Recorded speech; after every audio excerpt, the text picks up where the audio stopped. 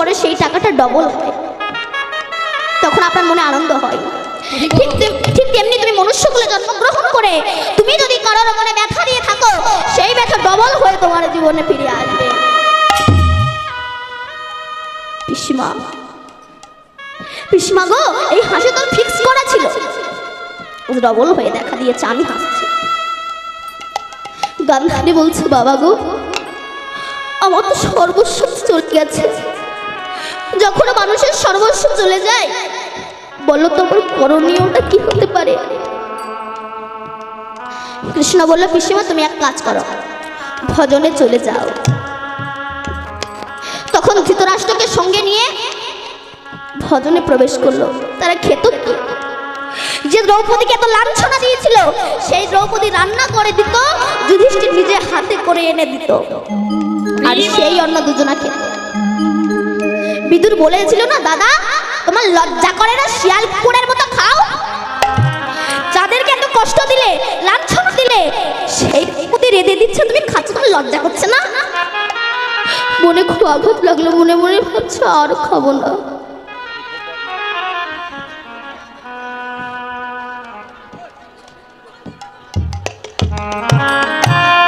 আর আমি খাবো না। যুধিষ্ঠির অন্ন এনেছে জ্যাঠামশাই। কে? আমি যুধিষ্ঠির। কি হয়েছে বাবা? একটু শান্ত হন।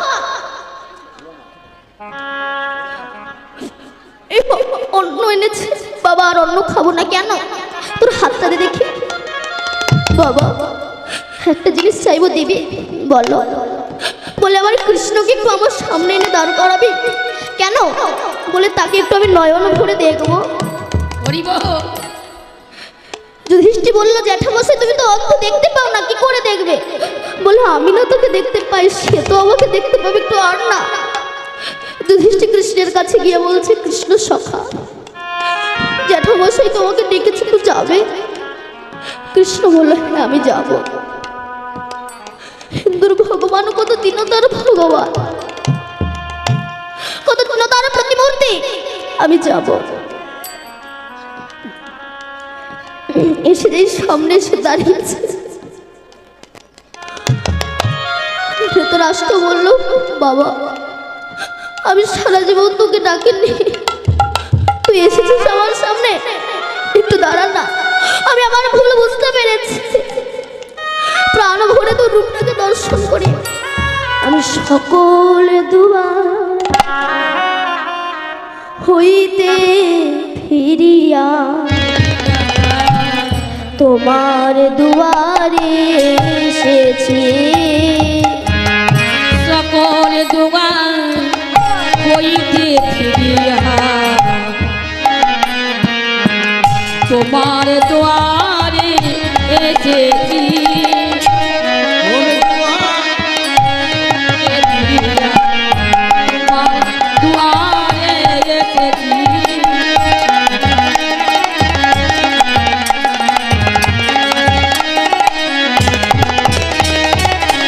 কত না তীর্থ ঘুরিয়া ফিরিয়া দয়া,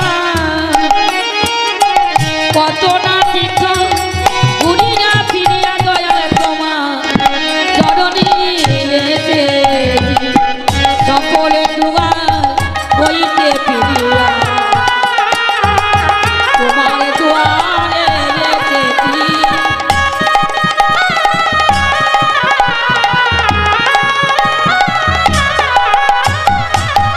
লগ লগ জীবনের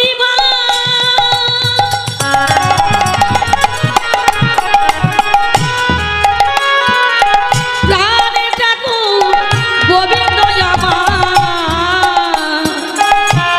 লগ জীবনের প্রাণে ঠাকুর গোবিন্দ সুস্থিত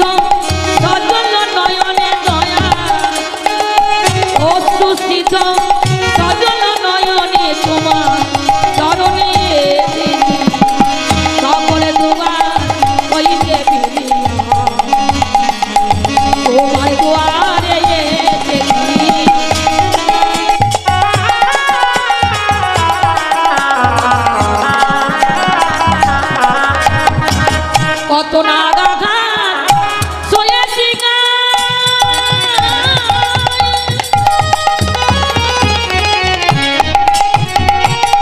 কত না টাকা বিদেশে পায় কত না গাধা শোয়েছি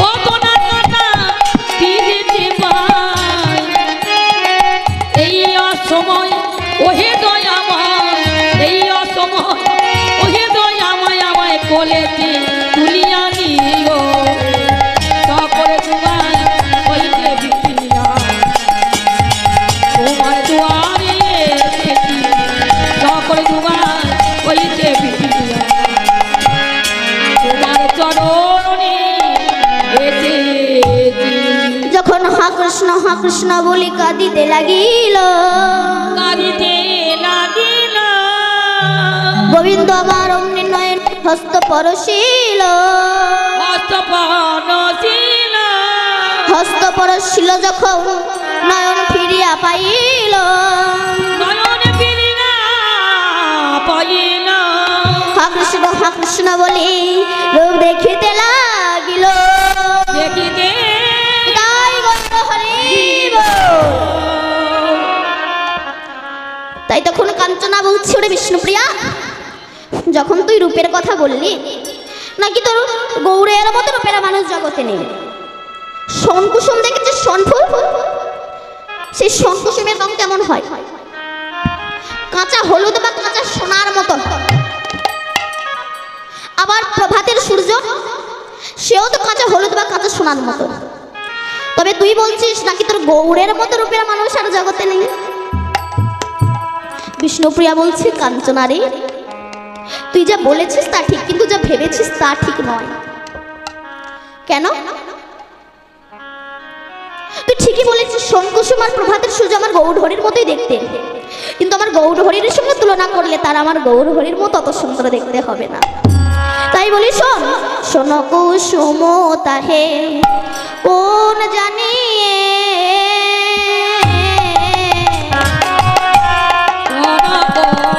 সমাতারে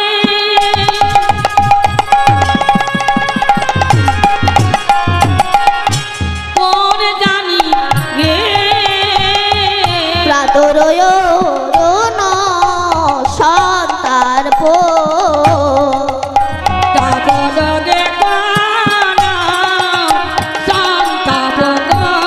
বিচার করে দেখতে হবে, বিচার করে দেখিতে হবে রূপে জয়ী সেবা হবে, বিচার করে দেখতে হবে।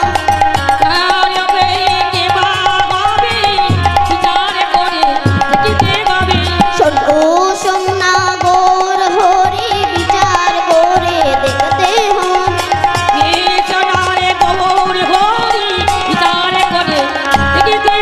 শোনো সোনা গৌর হরি, বিচার করে দেখতে হবে। হরি হরি হরি বলে, গৌর হরি বল, হরি হরি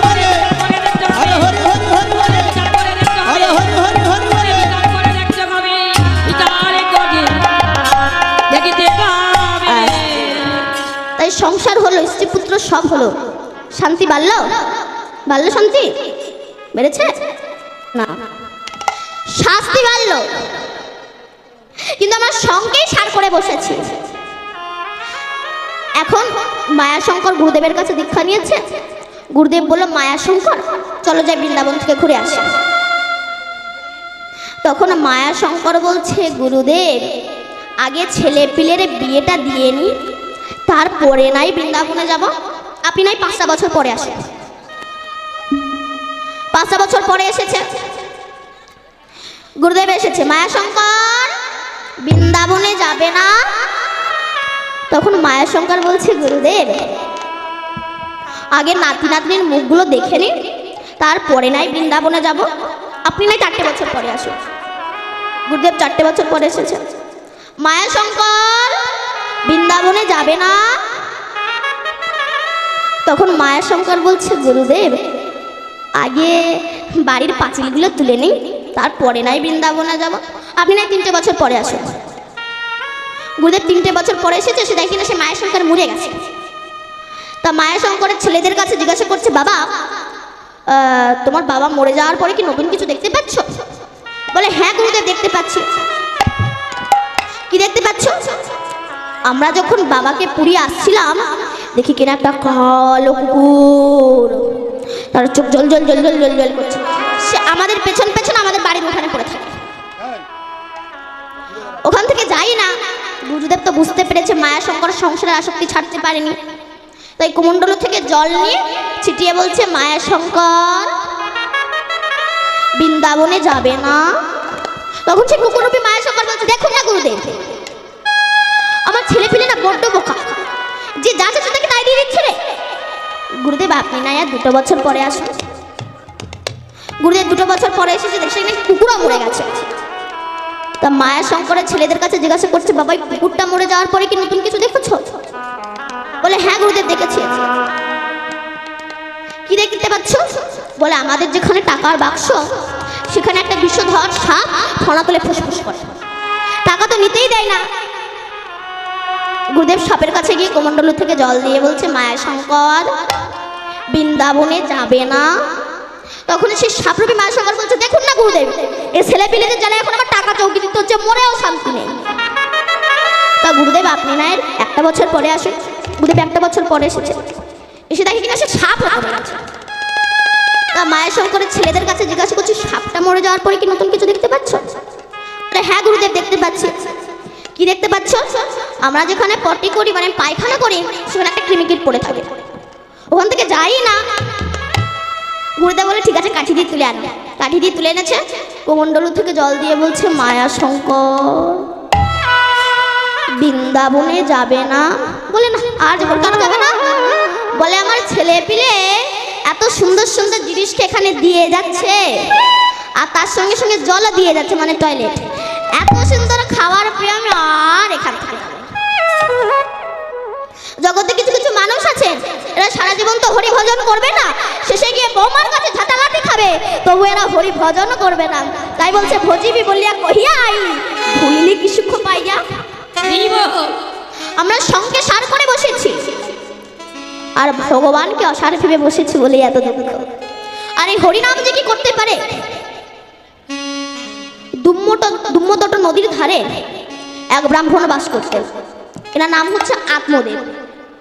আত্মদেব ইনি ভগবান ব্যতিরিক্ত কিছু জানতেন না, কৃষ্ণ ছাড়া কিছু জানতেন না। কিন্তু তার সাথে বুট এত শয়তান, সব তো সমান হয় না। তা আত্মদেবের সবই ছিল না একটা ছেলের সন্তান। তা আত্মদেব মনে মনে ভাবছে, আমি ব্রাহ্মণ, তাদের যদি হাটখোড়া ব্রাহ্মণ হয় তাহলে তো লোকে আমার মুখ দেখবে না। আত্মদেব মনে মনে ভাবলেন, আমি বনে গিয়ে ধ্যান করব, তারপরেও যদি সন্তান না পাই আমি গঙ্গার জলে প্রাণ বিসর্জন করব। ধ্যান করছে, তারপরেও যখন সন্তান পেলেন না, যখন গঙ্গাইতে প্রাণ বিসর্জন দিতে যাবে, এমন সময় এক শুদ্ধ বৈষ্ণব ওই নদীতে স্নান করতে এসেছে, গঙ্গায়। আত্মদেব সাধুর চরণে পড়ে বলছে, ও সাধু, তুমি পারলে সবই পারো, তুমি পারলে আমার একটা ছেলে দিতে পারো। সেই সাধু আত্মদেবের কপালের দিকে তাকিয়ে বলছে, তুমি শুধু 1 জন্মের জন্য কাঁদছ? তোমার কপালে লেখা আছে 7 জন্ম তুমি কোনো সন্তানের পিতা হতে পারবে না। আত্মদেব বলছে, তাহলে এই আমি আপনার চোখের সামনে প্রাণ বিসর্জন করলাম, আপনি ব্রহ্মহত্যা তাই হবে। সাধু বলল, মহা সমস্যায় পড়েছি তো। আচ্ছা দাঁড়া, একটা ফল মন্ত্রপুত করে দিয়েছে, এটা তুমি তোমার স্ত্রীকে খাবে, এটা খেলে সে গর্ভবতী হবে, তুমি পিতা হতে পারবে। আত্মদেবের মনে আর আনন্দ ধরে না, ফলটা হাতে নিয়ে ছুটতে ছুটতে আসছে। এখন আত্মদেবের বইয়ের নাম হচ্ছে ধুন্ধুরি। আত্মদেব ফলটা হাতে নিয়ে ছুটতে ছুটতে আসে, ধুন্ধুরি, ও ধুন্ধুরি। ধুন্ধুরি বলছে, বলুন কি হয়েছে হে স্বামী? বলে, এই ফলটা তুমি খাও, এই ফলটা খেলে তুমি মা হতে পারবে, আমি বাবা হতে পারবো। বললো, ঠিক আছে। ও মনে মনে বলে, ফল আমি খাবো। এই ফল খেলে ওই গর্বে ঢাক নিয়ে উড়ে বেড়াতে হবে, টকের ওপর লোভ হবে, অম্বল হবে, আমি ফল খাবো না। ওই ফলটা গরুকে খেতে দিয়েছিল। এখন পাশের বাড়ির বান্ধবীর বাড়ি গিয়ে বলছে, জানিস আমার স্বামী একটা আমাকে ফল দিয়েছে, ওটা খেলে আমি মা হতে পারবো। তো বলে, তা খা। বলে, না আমি খাবো না। ধর শুয়ে রয়েছে, হঠাৎ আমাদের বাড়ি ডাকাতের দল পড়লো। সবাই ছুটে পালাবে, আমাকে পেটিয়ে ছুটতে পারবো, আমাকে ওখানেই মরতে হবে। ঘর শুয়েছে, হঠাৎ আমাদের বাড়ি আগুন লেগে গেল। সবাই ছুটে পালাবে, আমি কি ঢাকনি ছুটে পালাতে পারবো? আমাকে ওখানেই মরতে হবে। মানে শয়তান লোকের যা বুদ্ধি। এখন ধুন্ধুরি, ওর বোনের নাম হচ্ছে সুন্দরী। সেই সময় সুন্দরী গর্ভবতী ছিল। ধুন্ধুরি সুন্দরীর সঙ্গে কন্ট্যাক্ট করলো, শোন তোর তো অনেকগুলো বাচ্চা পিলে আছে, তো তোর গর্ভে যেটা আছে ওটা আমাকে দিয়ে যাবে। সুন্দরীর বাচ্চাটা ধুন্ধুরিকে দিয়ে গেছে। ধুন্ধুরি মানুষ করে, এই জন্য মা ভালো হতে হবে, মা না ভালো হলে সন্তান ভালো হবে। এ ছেলে যত বড় হয় তত দুরাচারী অত্যাচারী হয়ে যায়। ছাগল গরু ধরে ধরে পাতকুয়ায় ফেলে দেয়, যে কোনো পাখি হত্যা করে, লোকের বাচ্চাদের ঠাস ঠাস করে চড় মারে। মানে তার কাজ হচ্ছে শুধু আজের কাজ। আজ এই ফলটা গরুকে খেতে দিয়েছিল, গরু গর্ভবতী হয়ে তার সন্তান হয়েছে সম্পূর্ণ মানুষের মতো, শুধু কান দুটো হয়েছিল গরুর মতো। এর নাম হচ্ছে গোকর্ণ। শ্রীমদ্ ভাগবতে আছে গোকর্ণের সৃষ্টি হলো। গোকর্ণ শিশুকাল থেকে কৃষ্ণ ব্যতিরিক কিছু জানে না। এ হচ্ছে সাধুর দেয়া ফলের ফল, আর ও হচ্ছে মায়ের সিটিং বাক্স ফল। আত্মদেব বলল, প্রভু আমি তোমার কাছে এমন সন্তান চাইনি। এই বলে আত্মদেব বনে চলে গিয়েছে ভজন করতে। আরে ছেলে, এ পাঠা কেটে খায়, পাঠা না পেলে ব্যাং কেটে খায়, ব্যাং না পেলে শিয়াল কেটে খায়। যারা সুরা পান করে এদের কোনো জ্ঞান থাকে না, যা দেয় মনে হয় অমৃত খাই। এখন এই যে ধুমধুরি, এর কান ধরি ওঠাই আর বসায়। কেন? টাকা দে, আমি সুরা পান করবো। টাকা দে, আমি পতিতালয়ে যাবো। না দিতে পারলেই মার। মারতে মারতে একদিন ধুমধুরিকে মেরেই ফেলেছে। তোমার তো ওটাই পাওনা ছিল, স্বামীর সঙ্গে বেইমানি করেছে, প্রতিফলন পাবে না? প্রতিফলন তো পেতেই হবে। এখন ধুমধুরি, ওর বোনের নাম হচ্ছে সুন্দরী, আর এই ছেলেটার নাম হচ্ছে ধুন্ধুকর। এখন ধুন্ধুকর 5 জন পতিতা মেয়েকে বাড়িতে পুষেছে। এখন তাদের খেতে দেওয়ার জন্য বাপের যা সম্পত্তি সব তো নষ্ট করে ফেলেছে। এবার চুরি করে বেড়ায়, ডাকাতি করে বেড়ায়, ছিনতাই করে বেড়ায়। তখন সেই 5 জন পতিতা ভাবলো, দেখ যদি আমরা ওর কাছে থাকি তবে আমাদের জেল খেটে মরতে হবে। এক কাজ কর, ওকে মেরে ফেলে দিই।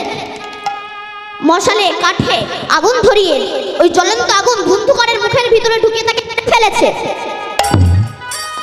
এখন ধুন্ধুকরের আত্মা তো সদ্গতি হলো না। গাছে গাছে পাতায় পাতায় অমাবস্যা রাত্রিতে জল দাও জল দাও বলে কাঁদে। গ্রামের লোক অতুষ্ট হয়ে গিয়েছে।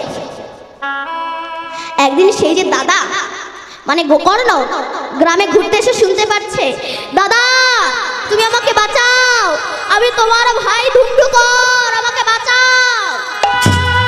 গোকর্ণ বৈষ্ণব মানুষ ছিল তো, বৈষ্ণবের ক্ষমা জ্ঞান থাকে তো। তখন গোকর্ণ কি করলেন, উনি ভাগবত সপ্তাহ করলেন। 7টা গাঁটওয়ালা বাঁশ পুঁতে দিলেন। পুঁতে একদিন করে ভাগবত হয়ে যায়, প্রকাশ করে একটা করে গাঁট ফেটে যায়। 7 দিন ভাগবত হয়ে গেল, 7টা গাঁট ফেটে গেল।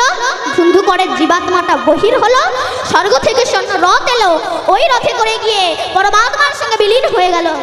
সেদিন কর্ণ বলেছিল যে যত মহাবড় পাপে হোক না কেন, এই হরি নাম যদি কেউ শ্রবণ করে তার হবেই হবে। নিতাই গৌর হরি।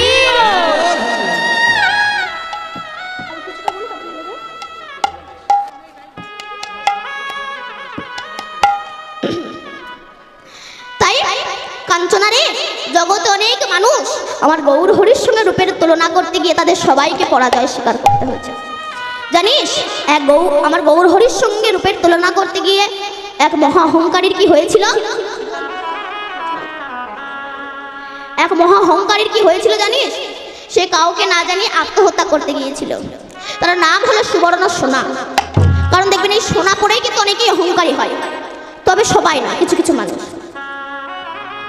তার নাম হলো সুবর্ণ সোনা। যখন সে গৌর হরির রূপ দেখলেন তখন সে আত্মহত্যা করতে গেল স্বর্ণকরের কাছে। সুবর্ণ বরণ হেরি নিজ কুবর মানিয়া কোন মনুস্তাপে, মানিয়া কোন মনুস্তাপে, এ প্রাণ আমি রাখবো না গো, গৌর হরি কাছে হেরে প্রাণ আমি রাখবো না গো।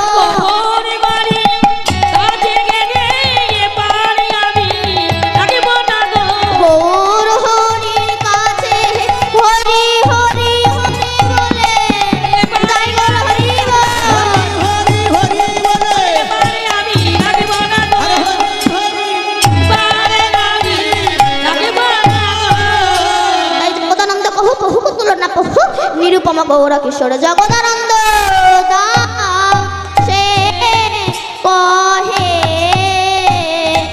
এইবারে লীলা প্রকাশ হোক